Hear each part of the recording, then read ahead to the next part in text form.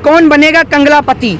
ठीक है, इसका पहला सवाल आपकी स्क्रीन पर ये कि भारत की सबसे बड़ी परेशानी क्या है, महंगाई, महामारी, चिंता रोजगार या मोदी सरकार। तो आप ये देखिए कि ये कौन बनेगा कंगलापति के तहत पूरे देश को कंगाल कर दिया इन्होंने आज में। ये सबका साथ, सबका सत्यानाश, सबका सर्वनाश करने वाली सरकार है। हिंदू सुरक्षित है, पानी में डूब जाए, पानी में डूब के मर जाए, भूख से मर जाए, हिंदू सुरक्षित है ना। क्योंकि अगर इस देश के अंदर बलात्कार करने वाला गरीब हो तो फांसी के फंदे पे लटका दो, और वही बलात्कार करने वाला भारतीय जनता पार्टी का एमएलए हो तो बैठाल के जेल की रोटी खिलाओ। मोदी जी, लास्ट टाइम आपने यूपी में चुनावी घमासान देखा, आपने देखा महिलाओं के साथ बड़ी छेड़छाड़ हुई और बदतमीजी भी हुई। इस पूरे मामले को आपने कैसे देखा? देखिए, महिलाओं के साथ उत्पीड़न, शोषण, बलात्कार का मुद्दा कोई नया नहीं है इस देश के अंदर। मौजूदा प्राचीन सरकार रही है, प्राचीन सरकार से लेकर आज मौजूदा सरकारों के राज में, सबके राज में महिलाओं के साथ बलात्कार, यौन शोषण, उत्पीड़न हुआ है। लेकिन ये पहली बार देखने को मिला है इस देश के अंदर कि योगी सरकार के राज में सबसे ज्यादा महिलाओं के साथ बलात्कार हुआ। उत्तर प्रदेश का क्राइम रेट बढ़ता है, उत्तर प्रदेश क्राइम रेट में नंबर 1 पे आता है। उत्तर प्रदेश के अंदर बहन बेटियों के साथ इज्जत आबरू लूटने का कार्यक्रम सबसे ज्यादा होता है। अभी आपने उत्तर प्रदेश की बात की जी, और कहा कि सबसे ज्यादा क्राइम है, पर योगी जी के जो दावे हैं वो तो कहीं बहुत ज्यादा है, कहते हैं क्राइम रेट 0 हो गया है। कहाँ हुआ है उत्तर प्रदेश का? अच्छा हाँ, योगी जी की नज़र से क्राइम रेट 0 हो गया है, क्योंकि जितने भी चोर, डकैत, बलात्कारी हैं वो तो सारे भारतीय जनता पार्टी में ही आ गए। तो भैया, उत्तर प्रदेश में मेरे ख्याल से जनसंख्या नियंत्रण कानून लाने से पहले उत्तर प्रदेश में गुंडा नियंत्रण एक्ट लाना जरूरी है। गुंडा नियंत्रण एक्ट के जरिए ज़्यादा से ज़्यादा गुंडों को पकड़ा जाए। और गुंडे पकड़े कहाँ से जाएंगे? सारे गुंडे तो इनकी पार्टी के अंदर हैं। भारतीय जनता पार्टी का एमएलए कुलदीप सिंह सेंगर, जिसने महिला के साथ बलात्कार करा, वो भारतीय जनता पार्टी से था, आपने सबने देखा जी। कुलदीप सिंह सेंगर को देख लो, चिन्मयानंद को देख लो, नित्यानंद को देख लो, राम रहीम को देख लो, आसाराम को देख लो। ये तमाम वो बलात्कारियों की लिस्ट है जो बैठ के जेल में रोटी खा रहे हैं मुफ्त की। क्योंकि अगर इस देश के अंदर बलात्कार करने वाला गरीब हो तो फांसी के फंदे पे लटका दो, और वही बलात्कार करने वाला भारतीय जनता पार्टी का एमएलए हो तो बैठाल के जेल की रोटी खिलाओ। अभी हालिया घटना में देखा होगा आपने कि लगातार जो अलकायदा के लोग लखनऊ से या इधर उधर से पकड़े जा रहे हैं, उनको लेकर क्या किस तरह देख रहे हैं आप?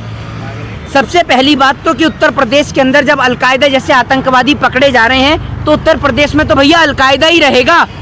जब उत्तर प्रदेश के मुख्यमंत्री कभी बिहार चुनाव में पहुंचेंगे, कभी बंगाल चुनाव में पहुंचेंगे, तो भैया अलकायदा नहीं तो और यहाँ कौन सा कायदा कानून चलेगा? उत्तर प्रदेश में कानून नाम की चिड़िया तो फुर्र हो चुकी है।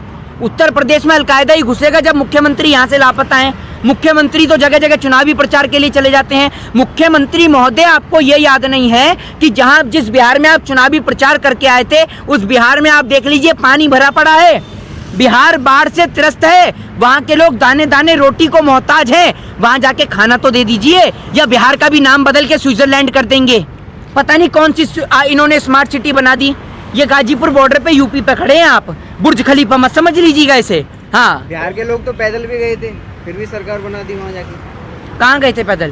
पैदल नहीं गए थे, लॉकडाउन कहाँ गए थे? अपने घर। तो भैया, सरकार सभी को पता है कि कैसे बनी है, नहीं कैसे बनी है। और सरकार जैसे भी बनी है, सरकार है ना अब, तो सरकार का फर्ज है कि जो वहाँ पर लोग परेशान हैं, त्रस्त हैं, उनकी कमियों को पूरा करा जाए। हिंदू तो सुरक्षित है वहाँ पे, हिंदू तो सुरक्षित है बिहार में। हिंदू सुरक्षित है, पानी में डूब जाए, पानी में डूब के मर जाए, भूख से मर जाए, हिंदू सुरक्षित है ना। मोदी जी, अभी आपने देखा मोदी जी और योगी जी, वो मोदी जी ने इतने सारे योगी जी के काम की तारीफ की और इतनी मतलब मीडिया पर, जिसको आप बोलते हैं मीडिया, इतनी सराहना की, उस पूरे काम को लेकर के आप खुश नहीं हैं? आप एक बात मुझे बताइए, जो रुद्राक्ष हॉल का मोदी जी ने उद्घाटन करा है जी, वो रुद्राक्ष हॉल से बनारस की जनता को, काशी की जनता को क्या फायदा, जरा आप ये बताइए। वो रुद्राक्ष हॉल का किराया लाखों रुपए है, आम जनता के लिए उसमें क्या फायदा है, ये बताइए आप। आम जनता क्या उसमें धूप से बचने के लिए गरीब उसमें रुद्राक्ष हॉल में जाके बैठेगा? आप बताइए। तो अभी अभी आपने देखा यूपी में जब प्रधानमंत्री जी गए बनारस के अंदर, उन्होंने तो खुद कहा, योगी जी की तारीफ करी और पूरा का पूरा जो विकास था सारा गिनवाया, सारा आपके सामने कराया उन्होंने। कौन सा विकास गिनवा दिया योगी मोदी जी ने? मुझे तो यही समझ में नहीं आता कहाँ की तारीफ कर रहे हैं वो योगी जी की। आप ये देख लीजिए, जिस देश के अंदर, डेमोक्रेटिक कंट्री के अंदर बच्चों को गिरफ्तार किया जाए, वहाँ की सरकार, वहाँ के डेमोक्रेसी का क्या होगा आप सभी सोच सकते हैं। India is a democratic country, Bharat एक लोकतांत्रिक देश है और इस लोकतांत्रिक देश में हर एक व्यक्ति को आजादी है, राइट टू स्पीच और राइट टू फ्रीडम की। लेकिन आज देश का दुर्भाग्य है कि जो देश में सरकार के खिलाफ बगावत करता है, सरकार के खिलाफ आंदोलन करता है, या तो उसके ऊपर राजद्रोह का मुकदमा लगाया जाता है या उसे उठा के जेल में बंद कर दिया जाता है। लेकिन मैं आपको बता दूं कि हम गांधीवादी विचारधारा के लोग हैं, तो जब हम गोरों से नहीं डरे तो इन चोरों से क्या डरेंगे। आप हम तो किस तरह देखते हैं, जिस तरह उत्तर प्रदेश के अंदर वैक्सीनेशन हो रहा है लेकिन उसका प्रचार दिल्ली में हो रहा है, क्या ये प्रचार जरूरी है, इस पे पैसा खर्च करना जरूरी है क्या?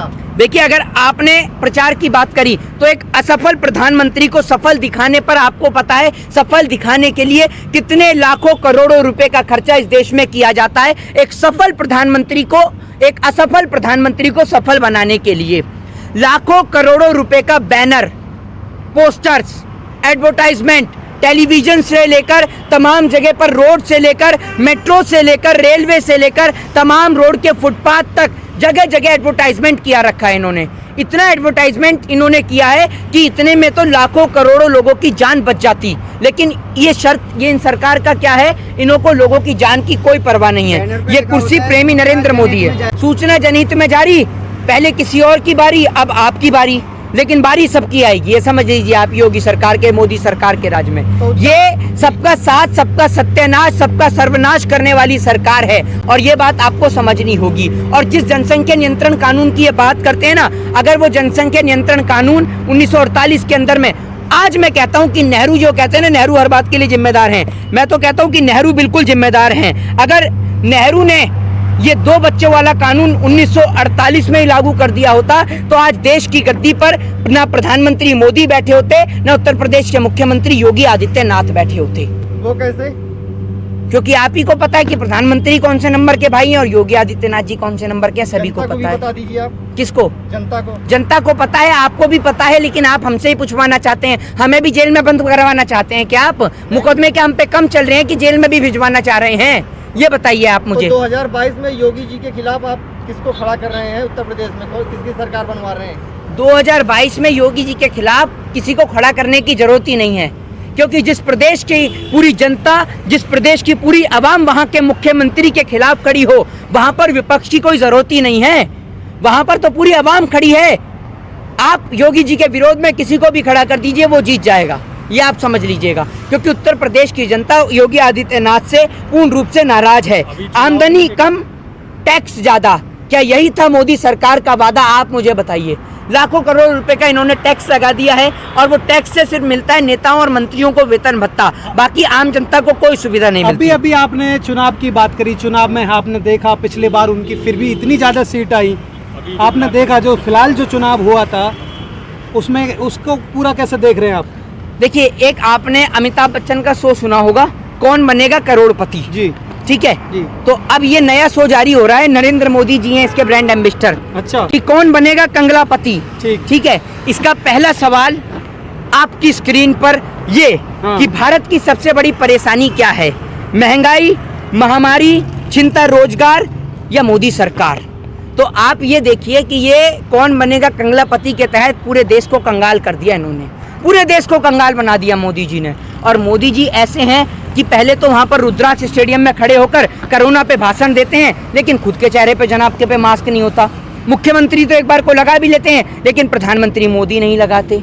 प्रधानमंत्री मोदी जी को फोटो शूट कराने का इतना शौक है और गृह मंत्री को तो ये भी नहीं पता कि फोटोग्राफर को, कैमरामैन को या पत्रकारों से बात किस तरीके से करी जाती है। ओ, जैसे एक छोटा बच्चा जब आइसक्रीम वाले को नहीं बुलाता, कुल्फी वाले को, ओ व्हाइट टी शर्ट वाले भैया, ओ भैया, ओ भैया, ओ व्हाइट टी शर्ट वाले, कैमरा इधर कर, कैमरा, ऐसे जैसे आइसक्रीम बेचने वाले को बुलाते हैं ना, ऐसे गृह मंत्री जी पत्रकारों को कहते हैं। ये ऐसे लोगों के हाथ में आपने सत्ता दे दी है। देखिए, जिन प्रधानमंत्री की और आप गृह मंत्री की बात कर रहे हैं, उनको पूरे देश ने यशस्वी माना है, आप नहीं मानते? देखिए, मैं तो मानता नहीं और पता नहीं कौन यशस्वी मानना है, आप लोग मान रहे होंगे।